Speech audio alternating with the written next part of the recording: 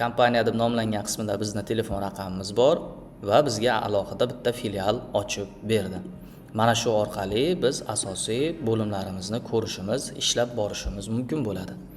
Demak, bizda eng asosiy bo'limlar ko'rib turganimizdek 3 ga ajratilgan bu qismda va yon oynada barcha bo'limlarni ham ko'rishimiz mumkin.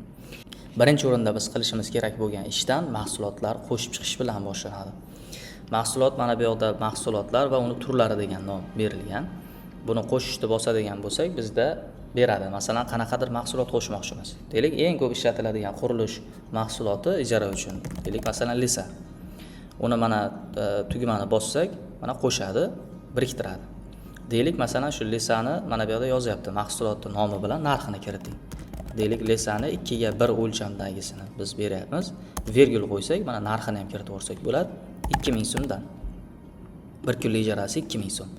Mana lisa degan tanlangan turibdi. Biz komplektdami, donadami, qanaqa o'lchovda bersak berishimiz mumkin. Va mana bu yoqda sanaladigan degan va sanalmaydigan degan turibdi. Sanaladigan buni skladda kirim qilishimiz majburiy bo'ladi. Bo'lmasa uni hisob kitobini aniqlash noaniq bo'lib qoladi. Qancha hozir bizda bor u, qanchasi deylik ko'chada yuribdi va hokazo. Sanalmaydiganni tanlasak, uni keyin hisoblashi hojat qolmaydi, ya'ni skladdan ayirmasdan ishlatib ketaveradi.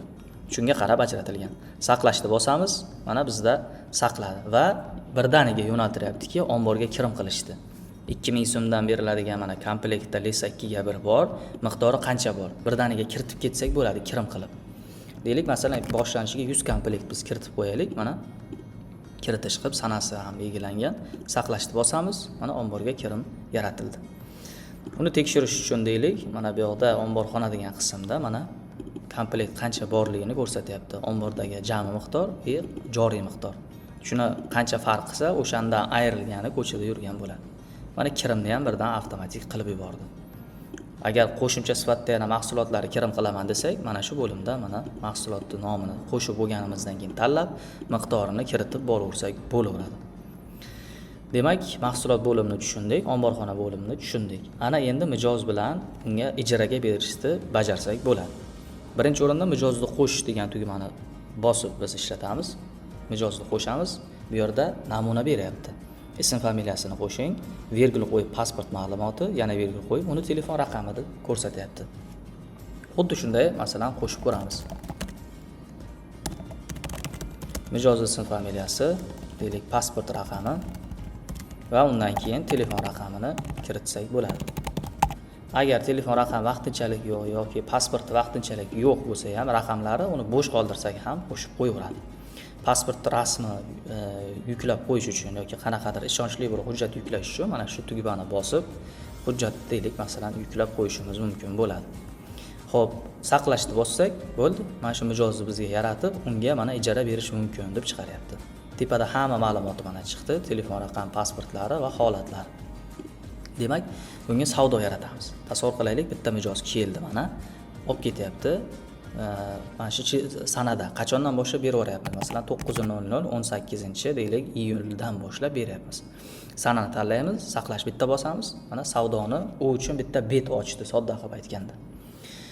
Ana shu ochilgan mana jurnalga ichiga ya'ni mahsulot kiritaveramiz. Bizda hozircha bitta lisa mahsuloti bor.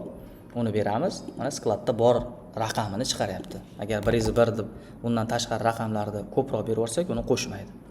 Shuning uchun deylik, mana 100 ta deb yoki 10 ta deb masalan ijaraga berayotgan sonni yozamiz. Uni ham deylik 2000 dan emas, qanchadir arzib boshqacha narxda berish ehtimoli ham bor degan ma'noda chegirmada degan narx yozsa, uni keyin o'tkazadigan boshqacha narxda yozsak bo'ladi. Undan tashqari biz mana shu lesani deylik 10 komplektini beryapmiz. U odam olib ketadigan, ijarachi olib ketadigan hech qanaqa deylik ulovi yo'q. O'sha ulov sifatida biz xizmat qildirib deylik bitta taksi qo'shib beryapmiz yoki bir ortuvchi, bir yuk tushiruvchi xizmatchi ham qo'shib berayotgan bo'lsak, nomini tanlaymiz, narxini beraveramiz. Deylik, taksist ham bor. Masalan, qanchadir so'maga kelishildi, bo'ldi, saqlashni bosib o'tkazib yuboramiz. Mana bu yoqda o'sha qancha narx belgilangani, nechta komplekt berilganligi haqidagi ma'lumot ketdi. Xizmat summasi bor, savdoni summasi bor.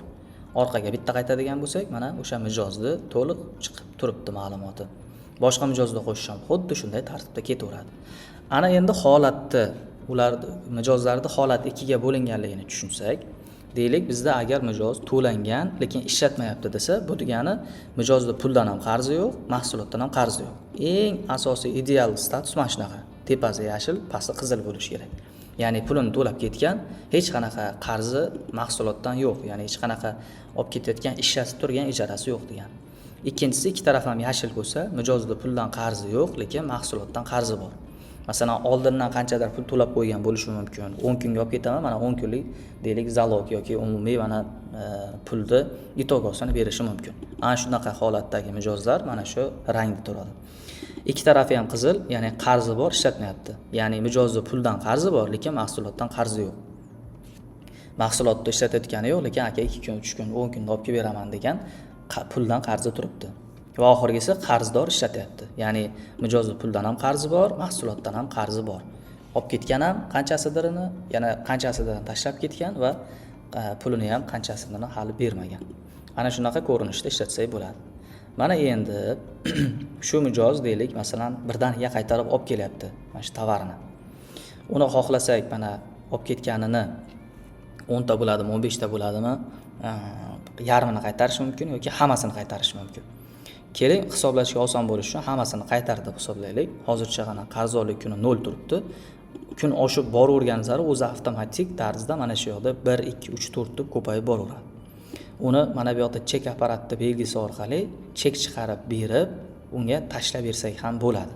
Yoki chiqarib bersak bo'ladi mana. Mana shu komplekt, mana shuncha so'mma bo'lgan.